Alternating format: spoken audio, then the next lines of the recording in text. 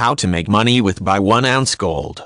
Last week Goldman Sachs raised $10 billion in new capital in one day. They sold $5 billion in preferred stock and warrants to Berkshire Hathaway and also completed a secondary offering of common stock that raised another $5 billion. Friday JP Morgan raised $10 billion in a secondary offering to help pay for the Washington Mutual takeover. Both of these offerings were oversubscribed, meaning that the companies could have raised more capital if they wanted. There is not a shortage of capital for well-run financial companies. There is, however, a shortage of capital for companies that have acted irresponsibly with investors' capital in the recent past. For some reason our political leaders believe this is a failure of the market, but isn't this what should be expected from rational investors? Given a choice, why would a rational investor allocate limited capital to the losers rather than the winners?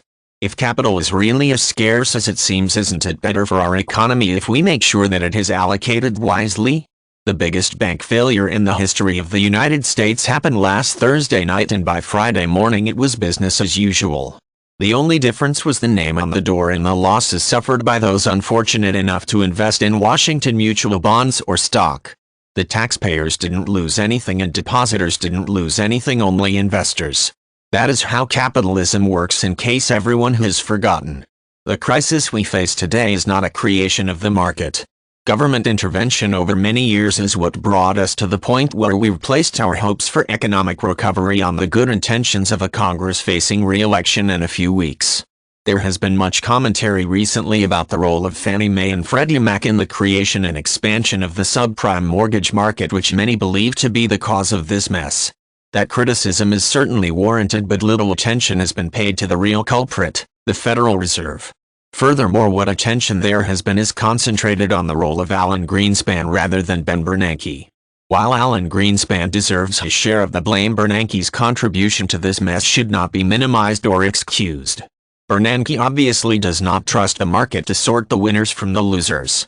When this erupted last year, the Fed lowered interest rates, including the discount rate, which is the rate charged by the Fed to lend directly to banks. There has always been a stigma attached to borrowing directly from the Fed, and for good reason.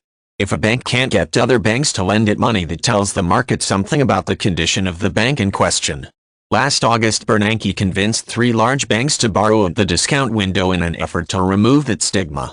When that didn't work, he concocted a scheme to allow banks to borrow from the Fed in anonymity via a mechanism he called the Term Option Facility. When Bear Stearns blew up, he added the Term Securities Lending Facility for investment banks.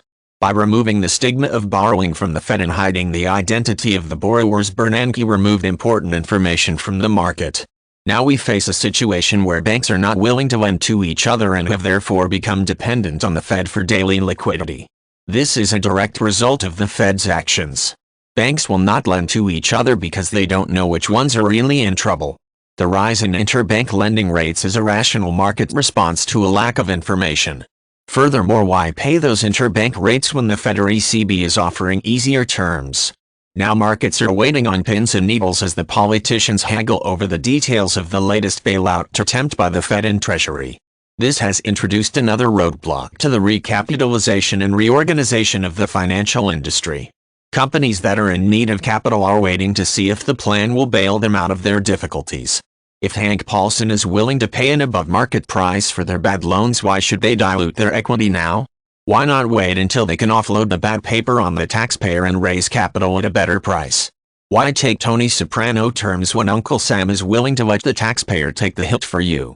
Paulson and Bernanke have testified to Congress that the market for the mortgage paper running on the balance sheets of bad banks is not working. They have not offered an explanation of why that market is not functioning, except to blame the complicated nature of some of the securities. That explanation begs the question of how exactly the Treasury believes it will be any better at deciphering the mortgage market. A more logical explanation is not a lack of willing buyers but a lack of willing sellers. The Fed has allowed institutions to use collateral of ever-falling quality to secure loans from the Fed. If a bank can finance its activities through the Fed and keep the bad loans on the balance sheet, what incentive does it have to sell? Selling will reveal the true condition of the company and will also force other institutions to do the same under mark-to-market accounting. The Fed is the one keeping the market from functioning. The Treasury does not need to enter the market for it to start functioning. The Fed needs to leave the market. Paulson has said that the cause of the current problems is the housing deflation, but that ignores the elephant in the living room. The housing bubble, which was concentrated in a relatively small number of states, was caused by the reckless actions of the Greenspan Fed. The consequences of that bubble have been exacerbated by the Bernanke Fed. The market is functioning as it should. It is the Fed that is not functioning correctly. There is no reason we had to go through either the bubble or the aftermath. We got into this mess because we tried to avoid the consequences of the internet bubble. We will only make things worse by trying to avoid the consequences of the housing bubble. We are not on the verge of a new depression. The housing bubble collapse in California, Florida, and a few other states is not enough to bring down the entire banking system. Investors who made mistakes in these markets should be held responsible, and those who navigated the Fed-distorted market should be rewarded for their wisdom and prudence. Enacting the Paulson Plan will not allow that to happen, and our economy will suffer for it in the long run. The Japanese tried to prop up failed banks in the aftermath of the bursting of their twin bubbles, and the result was 15 years of stagnation. Why are we emulating a strategy that is a demonstrable failure? A better alternative would be to allow capitalism to work as it should and stop the interventions of the Fed in the money market. Trust capitalism. It works.